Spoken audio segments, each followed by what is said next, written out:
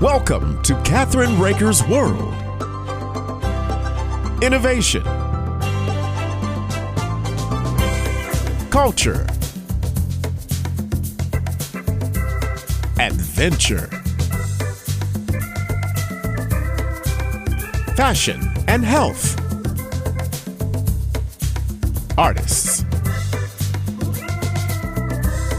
destinations, traditions.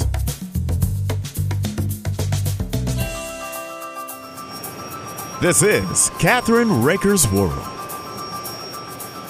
Hi, this is Kathryn Raaker of Kathryn Raaker'S World, our syndicated TV show, and Let's Just Talk, our syndicated radio show. I have the honor of having in person on our show today author Denise Olsen, who shares her personal journey from catastrophic grief and trauma to the life filled with unimaginable abundance after the loss of her husband at the New York City firefighter in the attacks on the World Trade Center. Utilizing the acronym GRACE, she shares the tools that created the backbone of her courageous walk from devastation to her highest self. She helps people discover that there is life on the other side of a traumatic grief. Ultimately, she provides the tools to help readers heal from whatever wounds they are carrying. In her book, you'll learn how trauma, grief, and loss affect our mind, body, and soul, and how we have the power to heal on a radical level. I want to welcome you back to my show. You were on my radio show, and you brought a lot of light to me because I shared with you, and welcome to our show, Denise Olsen. Thank you. The book is Strong and Soulful, Graced by Grief. I want to welcome you to my show. I'm so excited to have you. I can't wait to meet you in person. Yeah. I know. It's gradually getting there. I'm so happy to be able to talk to you face to face, even if it's virtually. And it's virtually, and this is what I really look like, and that's what you really look like. So anyhow, I got to say to you that I started your book, and I'm taking it with me on my trip, okay? Because I want to read it and understand what you're saying to people that have lost their husbands. So let me ask you this question. It's been 20 years since 9/11, right? And you're going to be on my show next week. Yes. On 9/11, which is just unbelievable. I'm so tickled that you could do it today with me. So do you still see people that are in New York that have lost their loved ones at 9/11? Do you still see them? Yes. I still have friends that I am in contact with that have lost family members on 9/11, whether it was a spouse, a child, right, sibling. And there were a lot of people that didn't get any kind of compensation. One of the people that was she was a first responder. She was at the scene at the cleanup, and she has burn marks all over her skull. And she lives in Los Angeles now, and I've had her on my show many times, and I want to introduce you to her. I think you would love her because she's doing stuff to help people as well. But anyhow, when did you decide to write this book? And what made you wait 20 years? It had to be tough for you. Am I right? Writing the book was a work in progress. I had the idea for it, or I should say that I started keeping notes. I started writing things down as I was sort of inspired to do that. And it was in the back of my mind, maybe one day this'll turn into a book, but I needed something more substantial. It couldn't just be my story. I wanted to be able to offer people tools that would help them on their journey. And once I came up with the grace model, I felt like, okay, where this is something that I can offer to people that I know works because I've applied it in a lot of different demographics and it's been successful, and other people have applied it also. What really ignited the fire for me to get the words on paper was COVID, and that was simply because when we went into lockdown and in the early period of COVID, it was very reminiscent of 9/11. There was this fear of the unknown. There was loss of life in very large, unimaginable numbers. There was ordinary people, right? Our first responders, our nurses, our doctors stepping up and doing extraordinary things. And I felt like, okay, this is going to leave a mark on us as a society. And this book is relevant. It's relevant right now. And being a nurse, and he wasn't supposed to be there that day, was he? No, Jeff was not supposed to be working that day. So he took somebody else's shift. He did. But that people say that to me, and I think that they feel almost like, wow, what an unlucky break or something. But number one, in the fire department, this happens regularly. The guys are always taking tours for one another. I don't hold any animosity. I never held any animosity towards the person that he worked for. And also, I have this deep belief that there's divine timing to everything, and we are exactly where we're meant to be. That's right. And the weird thing is that I worked in New Jersey at the children's home. And after it was over with, after they allowed people to go into New York, that's when I went back. And the gentleman that was at the head of the police department, who has he has 211 now. That's his nonprofit. Oh, okay. I worked with him. And I got to meet people, and I got to go in, and you could still smell the fires. You could still smell everything.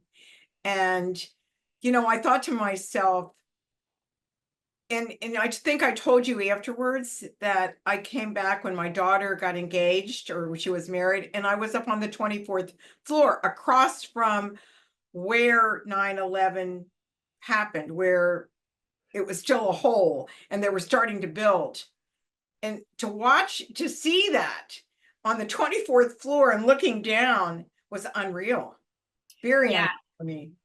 I describe in the book my first visit to the site, and I honestly, like every American, I had seen it on TV. It was on 24/7, and I was glued. I was glued to that television, looking for firemen, trying to read the back of their bunker gear to see if I could catch a glimpse of my husband or anyone that I knew that was missing. And I didn't go right away. I waited until my birthday, which is September 25th. So it was exactly 2 weeks after. And I felt like I wanted to share my birthday with him. And so I went in. Did they ever find the body? Did they ever find his body? They recovered Jeff exactly 40 days after 9/11. Exactly 40 days. But my first experience of being there was overwhelming. What you saw on TV was nothing compared to what it looked like in person, right? Like, I looked at that pile that was blocks long and stories high. And I was thinking, how could they were still doing the bucket brigade back then, right? Like, I was like, how are they ever supposed to find one person in this rubble, right? Right. It was amazing. I mean, I can't even imagine. And then when I saw it for the first time, I haven't been back. I haven't been to the memorial yet. I'm going to. I know when you go, we can I'm meet up. calling you. Yes, please, please. I mean, seriously. I'm very serious. Jeff's Firehouse is 10 House, which is the firehouse that is right at the memorial. It's on Liberty Wow. and Greenwich Street. And there is a mural on the side of the firehouse that was donated. I don't want to say the wrong firm, but it was donated by a law firm. And it depicts that day in such a beautiful, beautiful way. Right. Yeah. Right. You'll be surprised when you go back how it's changed, for better or for worse. You know, I can't imagine with all the things that are happening in our country. I'm not talking politics here. I'm just saying we've let so many people in that we don't know. And you know, I kept saying to myself after the bombing of the first time in 93, and that's what Right. my book is about, that time period. And she was in the 107th floor. The character was under the 107th floor in 1993. And when you read it, and I haven't sent it to you yet, but I want you to do me a favor. I want you to go up on my website at Elizabeth Bromwell, or Kathryn Raaker'S World, and go to Elizabeth Bromwell, and you get the first 6 chapters, because I'm trying to send it out to you this week, because it means a lot, actually. I was waiting for it. I know I had sent my address. I was like, when is it coming? I'm going to send it 2 days to you because I want you to get it. Because it thinks it means so much to me and to you. Yeah. The 93 bombing, especially for Jeff's Firehouse, they responded to that, and they were first due, it's called first due, to the bombing, and then also to the attacks on the World Trade Center. So we had guys in our firehouse that had responded to both, and you can imagine the impact that it has on these guys. It was really tremendous. But as far as what you're saying about people, I'm not going to go down the rabbit hole of politics either, because I'm not a really political person. Yeah. But what does shake me currently is that the 93 bombing was a foreshadowing for the attack on the World Trade Center. Right? Yeah, right. And currently we are seeing these little mini, I don't want to call them attacks, but these little they are attacks. Right. Smaller attacks that may seem inconsequential in and of themselves, but when you look at the bigger picture, you have to wonder if we are in that same place of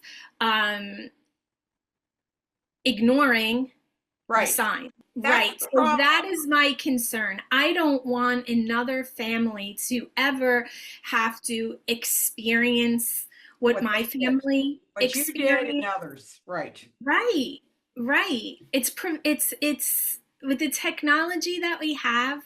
I want to say that it should be preventable, right? And there's a lot coming out right now in the news about what we knew prior to 9/11, and that is very upsetting.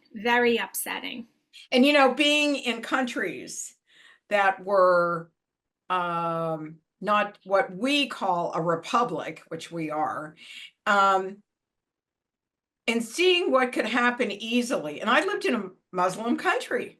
Yes. I lived in Singapore. I lived in England. You can see what's happening in Europe. It's scary. You don't want to lose your freedom. Right. And I think that that's one of the reasons why I'm such a staunch advocate for our military. And it's because these are the guys who have seen what you've seen. They've seen the worst of the worst, and they are shouting from the rooftops that we need to pay attention.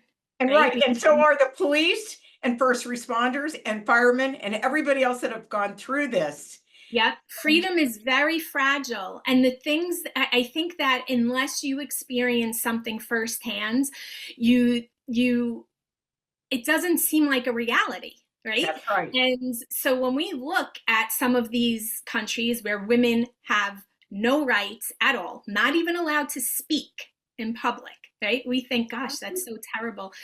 That could never happen to us. Oh, yes, it can. I'm frightened at what people are trying to do to our country, right? And I don't know if you knew that we were with the military as, contractors, as well as being in the military.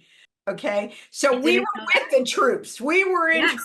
we were in, even in Singapore, we were in England, we were in Spain.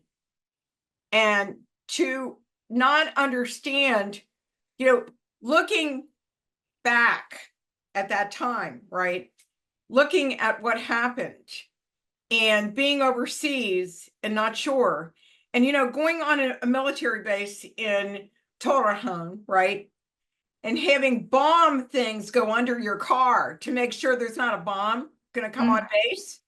Yeah. It's scary. It's scary. So it's very scary. I want to help you.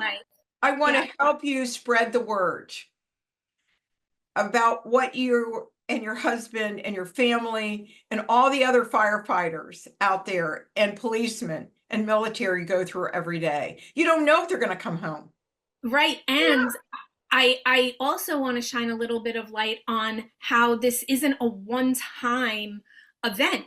We still have firefighters to this day that are sick and dying from cancer that is related to the air that they were breathing while they were working down on the pile, as well as military members who are suffering from all sorts of cancer, young, virile men, and also women experiencing illnesses that are not appropriate for their age, their level of health, or their lifestyles. Right. So, there are different foundations that do research on that and have proven that it stems from toxic fumes that they've experienced while they were deployed. So this is a trickle down effect. There's one major occurrence, but the ripple that it throws out into our society as a whole is devastating for years. Right. I want to have you on again. I love having you on. And I love talking to you. We could just go on and on. There's so much. There's so much. And Denise, is there another book? Oh gosh, not yet. I'm still reeling from this one, so I don't know. This morning, actually, I was thinking to myself, this part of it, getting to actually interact with people and hear their stories, and is so fulfilling to my soul that maybe I want to do another one. Here's the thing. Here's an idea for you. My cousin did this. He interviewed people. It was in the Navy, and he was a submarine captain, and he wrote a book, and he went around and you can do it on Zoom, and collectively do another whole book with them. And that's a great idea. That is a great idea. I know so many people, so that would be fun. And I'm going to give you submariners are a whole other breed of people. Right. That is a hard job. Right. So what I'd like to do is have you back again and maybe share those stories of those people. Also, your website. And my website, yes, my website is Denise-Olsen, OLSEN.com, or even on, I'm sorry. Okay, .com, I got it. So I want to say thank you very much for joining me today. Thank you for having me. Give your website out. Denise-Olsen.com. And don't forget to go to our website at KathrynRaaker'sWorld.com and let's just talk.com. And thank you for joining me.